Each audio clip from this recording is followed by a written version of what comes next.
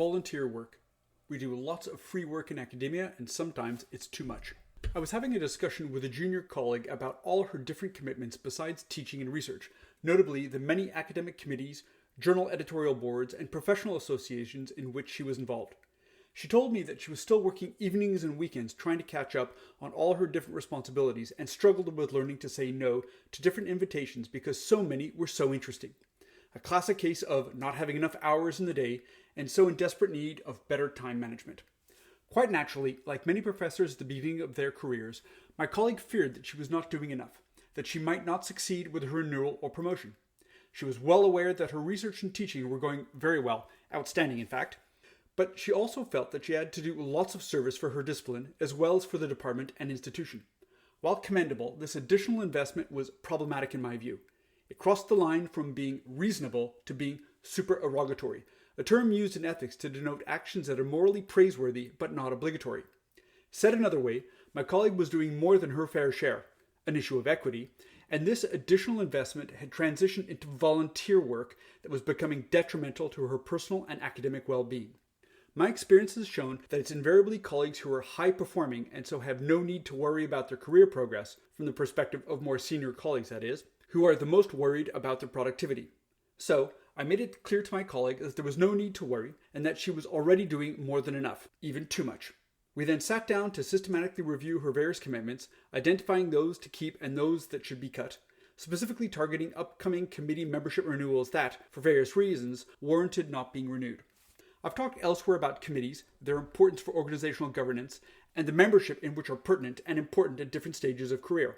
What I will reflect on here is something more general, that is, the difficulty in drawing a line between doing enough to be good and a successful colleague and doing too much, especially in those areas that are unfortunately still not well rewarded in terms of academic recognition and career progression, such as service and outreach. At my university, like many or most, the expectation is that professors be active in teaching and supervision, research, service or administration, for example, various institutional or scientific committees, and outreach, that is, public presentations, media interviews. While priority in terms of career progression is inevitably given to research and teaching, contributions to administration or service and outreach are also still important, although less so.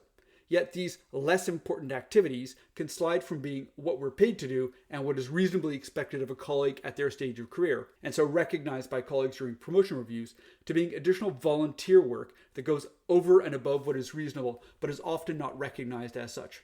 As was the case with my colleague, it is very easy to say yes to activities when one should probably be saying no. The problem, though, is that what is reasonable service to the academic community or to society is not easily defined or delimited. There is no simple checklist of when to say yes or no and to what, or when an activity goes from being a reasonable academic responsibility, and so generally expected, and transitions into volunteer work, which is nice but not required, and that is over and above what can be reasonably expected, and which may at times conflict with other responsibilities. A helpful starting point to think about these issues can be to draw inspiration from institutional guidelines addressing conflicts of commitment, a type of conflict of interest, a subject that I've worked on for decades as an ethicist. This particular conflict highlights the importance of thinking about the time and energy we have to carry out all the activities for which we are responsible, that is, our professional duties. Briefly, a problematic conflict arises when we spend too much time and energy on one activity or responsibility, for example research, to the detriment of other important activities or responsibilities, such as teaching, supervision, or committee work, and thus we do not fulfill all our professional obligations. That is, there is a bias towards one interest or responsibility at the expense of others. Further, people in such conflicts do not carry their weight, leaving their colleagues to pick up these other important and necessary activities. Their conflict of commitment and bias towards one activity can thus contribute to a sense of inequity that undermines collegiality. At the other extreme from such selfish individuals are people like my colleague who are doing everything expected of them and more. The challenge in their case is the opposite, to learn how to moderate their enthusiasm and energy so that they do not burn out and can thus continue to be a good colleague and role model for others for years to come. To be a successful academic and progress in one's career, and a good colleague who does their fair share, I suggest taking a process-oriented approach, anchored in the types of questions I previously talked about when learning to say no to different requests, or finding balance regarding different administrative obligations. At its base, however, is the following general question. Do I have the time, energy, and skills to do the work required, given all those other things for which I'm already responsible? And these responsibilities also include those that are not explicitly work-related, such as being a good partner, parent, or caregiver, amongst others. One of the increasingly demanding types of work that we are asked to do as academics is the peer review of grant applications and publications, such as articles or books. This work is important for advancing the production and publication of quality research, but is also notoriously time-consuming and undervalorized, and it's invariably done for free. Scholarship and grant applications have become increasingly longer, more complicated, and more demanding to write. This then engenders far more time by colleagues to do evaluations. That is, many hours per dossier with dozens or more to review. And this is often compounded with very short deadlines or during especially busy times of the academic year. Similarly, journals frequently ask for reviews with a 3 to 4 week deadline.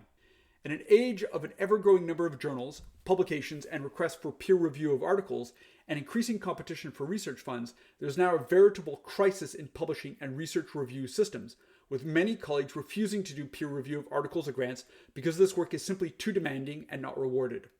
Here I'll set aside the debate about the disconnect between all the unpaid labor done by researchers to review manuscripts or grants that support a few major publishers who own most of the leading journals to generate obscenely large profits. As a further aside, one interesting response to this problem involves paying for peer review. But while that might work with subscription journals and for-profit publishers, although this would cut into their profits, it would certainly not function with non-profit journals like my own, the Canadian Journal of Bioethics, which operate with extremely limited budgets and are largely volunteer-driven. In my case, I now systematically refuse to do peer review because as editor-in-chief of the CJB, I do final proofing of all manuscripts published in our journal, and so read and proof more than 60 manuscripts a year. I make an exception when there's enough lead time, when the work involved is reasonable, and the topic of the grant or paper is interesting and something I would want to read anyway. The benefit is both personal in getting information and altruistic in helping colleagues through peer review. Nonetheless, when I decline invitations to do journal peer reviews, I respond by referring colleagues or PhD students who could be potential reviewers. Yes, peer review is volunteer work, and yes, it's important it can be valorized on CVs, but you can only do so many before this becomes too time-consuming. I decline knowing that I'm doing my part elsewhere by running an open access journal and providing a space for colleagues to publish their research. At different points in our personal lives and our academic careers, the two of which are often inextricably linked, we will have varying amounts of time and energy to contribute to different activities that are meaningful to us and which are part of our professional and personal responsibilities. Some activities we will contribute to even if they're not well rewarded by our institutions or help to advance our careers because we find them to be places where we can make a difference and because they are personally rewarding.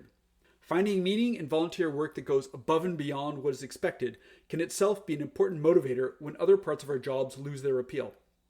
The challenge, as always, is integrating these activities into our professional and personal lives so that they contribute to who we are and what we do as academics, but not to the detriment of our other professional and personal responsibilities. These various contributions can and should be negotiated. Start by asking the right questions, including, do I have the time or can I make the time for this work? Can I make a difference? And will this work be meaningful for me? And then, as my colleague did with me, seek the advice of others to get critical and honest feedback to help determine whether the activity in question is worth the effort or constitutes unreasonable volunteer work that one should decline guilt-free. Le travail bénévole. Nous faisons beaucoup de travail gratuit dans le milieu universitaire et parfois c'est trop. Je discutais avec un collègue junior de ses différents engagements en dehors de l'enseignement et de la recherche, notamment les nombreux comités universitaires, comités de rédaction et associations professionnelles dans lesquelles elle était impliquée. Elle m'a dit qu'elle travaillait encore le soir et le week-end pour essayer de rattraper les différentes responsabilités et qu'elle avait du mal à apprendre à dire non à différentes invitations parce qu'il y en avait tellement qui étaient intéressantes. Un cas classique de manque d'heures dans la journée et donc de besoin désespéré d'une meilleure gestion de temps. Tout naturellement, comme beaucoup de professeurs en début de carrière, ma collègue craignait de ne pas en faire assez, de ne pas réussir son renouvellement ou sa promotion. Elle était bien consciente que ses recherches et son enseignement se déroulaient très bien, de façon exceptionnelle en fait, mais elle estimait aussi qu'elle devrait rendre beaucoup de services à sa discipline, ainsi qu'au département et à l'établissement. Bien que louable, cet investissement supplémentaire était problématique à mon avis. Il franchissait la ligne entre le raisonnable et le surérogatoire, un terme utilisé en éthique pour désigner les actions qui sont moralement louables mais non obligatoires. En d'autres termes, ma collègue faisait plus que sa juste part, une question d'équité, et cet investissement supplémentaire s'était transformé en travail bénévole qui devenait préjudiciable à son bien-être personnel et académique. D'après mon expérience, ce sont invariablement les collègues qui sont très performants et qui n'ont donc pas besoin de s'inquiéter de leur progression de carrière, du point de vue des collègues plus seniors, qui s'inquiètent le plus de leur productivité. J'ai donc fait comprendre à ma collègue qu'il n'y avait pas lieu de s'inquiéter et qu'elle en faisait déjà plus qu'assez, et même trop.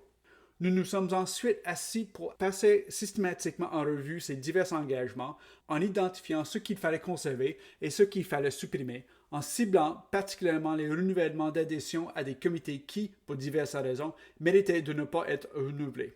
Je parlais ailleurs des comités, de leur importance pour la gouvernance organisationnelle et dans lesquels être membre est pertinent et important à différentes étapes de la carrière. Je vais réfléchir ici à quelque chose de plus général, c'est-à-dire la difficulté de tracer une ligne entre en faire assez pour être un bon collègue et réussir, et en faire trop, surtout dans les domaines qui ne sont malheureusement pas encore bien récompensés en termes de reconnaissance académique et de progression de carrière, comme le service et le rayonnement. Dans mon université, comme dans beaucoup d'autres, ou même la plupart, on attend des professeurs qui soient actifs dans l'enseignement et la supervision, la recherche, le service et l'administration. Par exemple, divers comités institutionnels ou scientifiques, et le rayonnement, c'est-à-dire présentation publique, entretien dans les médias. Si la priorité en termes de progression de carrière est inévitablement donnée à la recherche et à l'enseignement, les contributions à l'administration ou le service et au rayonnement sont également toujours importantes, bien que moins. Pourtant, ces activités moins importantes peuvent passer du statut de ce pour quoi nous sommes payés et de ce qui est raisonnablement attendu d'un collègue à son stade de carrière et donc reconnu par les collègues lors des examens de promotion, à celui de travail bénévole supplémentaire qui va au-delà de ce qui est raisonnable, mais qui n'est souvent pas reconnu en tant que tel. Comme ce fut le cas pour ma collègue, il est très facile de dire oui à des activités auxquelles on devrait probablement dire non.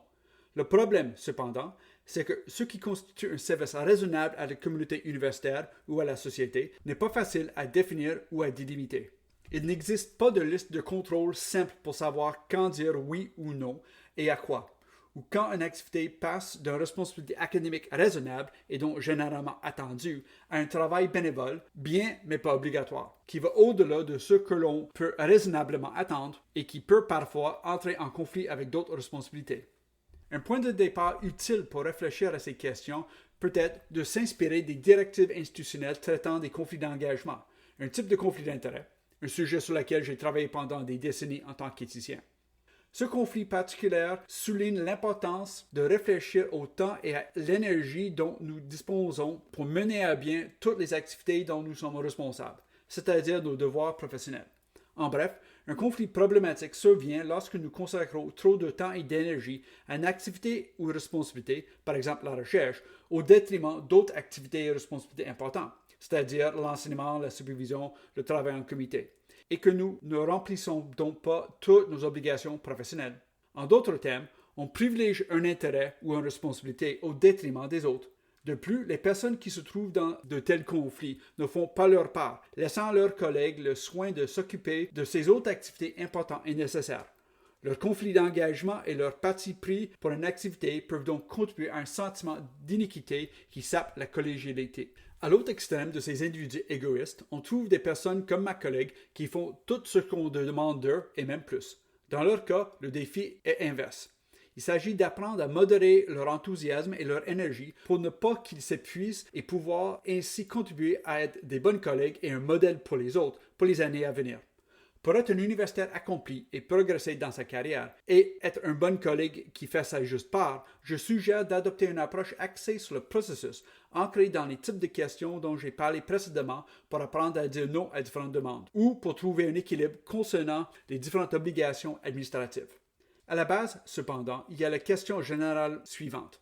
Ai-je le temps, l'énergie et les compétences nécessaires pour faire le travail requis, compte tenu de toutes les autres choses dont je suis déjà responsable? Et ces responsabilités comprennent également celles qui ne sont pas explicitement liées au travail, comme le fait d'être un bon partenaire, un bon parent ou un bon soignant, entre autres. Un des types de travail de plus en plus exigeants que l'on nous demande d'effectuer en tant qu'universitaire est l'évaluation par les pairs des demandes de subventions et des publications, par exemple des articles et des livres. Ce travail est important pour faire avancer la production et la publication de recherches de qualité, mais il est aussi notoirement chronophage et sous-valorisé, et il est invariablement effectué gratuitement. Les demandes de bourses et de subventions sont devenues de plus en plus longues, compliquées et exigeantes à rédiger, ce qui oblige les collègues à consacrer beaucoup plus de temps aux évaluations, c'est-à-dire plusieurs heures par dossier avec des dizaines ou plus à examiner, souvent dans des délais très courts ou pendant des périodes particulièrement chargées de l'année universitaire. De même, les revues demandent souvent des évaluations dans un délai de 3-4 semaines, ce qui n'est souvent tout simplement pas possible. À une époque où le nombre de revues, de publications et de demandes d'évaluation d'articles par des pairs ne cesse de croître, et où la concurrence pour les fonds de recherche s'intensifie, les systèmes d'édition et d'évaluation de la recherche connaissent aujourd'hui une véritable crise.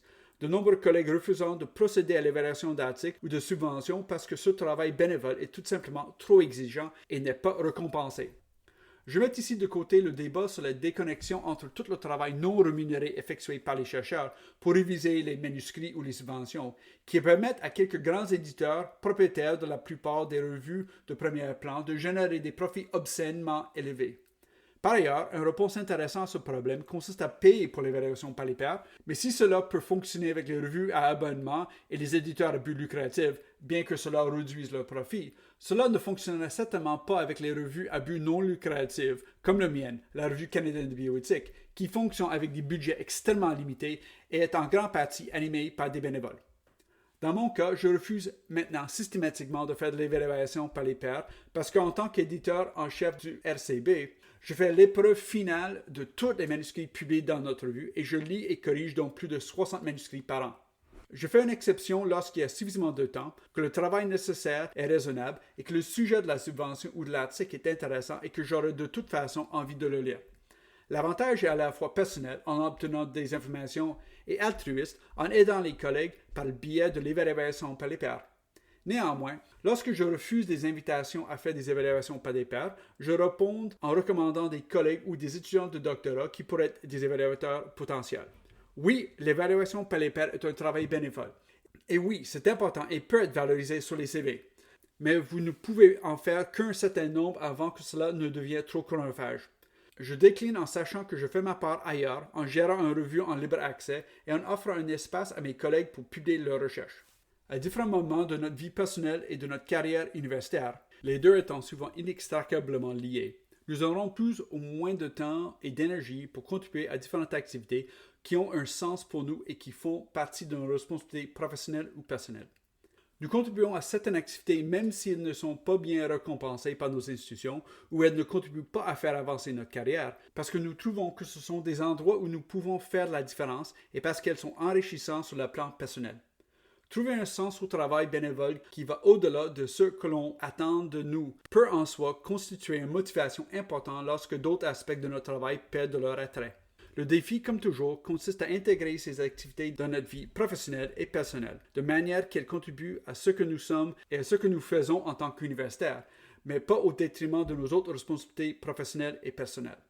Ces diverses contributions peuvent et doivent être négociées. Commencez par poser les bonnes questions, notamment « Ai-je le temps ou puis-je consacrer du temps à ce travail? Puis-je faire la différence? Et ce travail aurait-il un sens pour moi? » Puis, comme ma collègue l'a fait avec moi, demandez conseil à d'autres personnes pour obtenir les commentaires critiques et honnêtes qui vous aideront à déterminer si l'activité en question en vaut la peine ou constitue un travail bénévole déraisonnable qui vaut refuser sans culpabilité.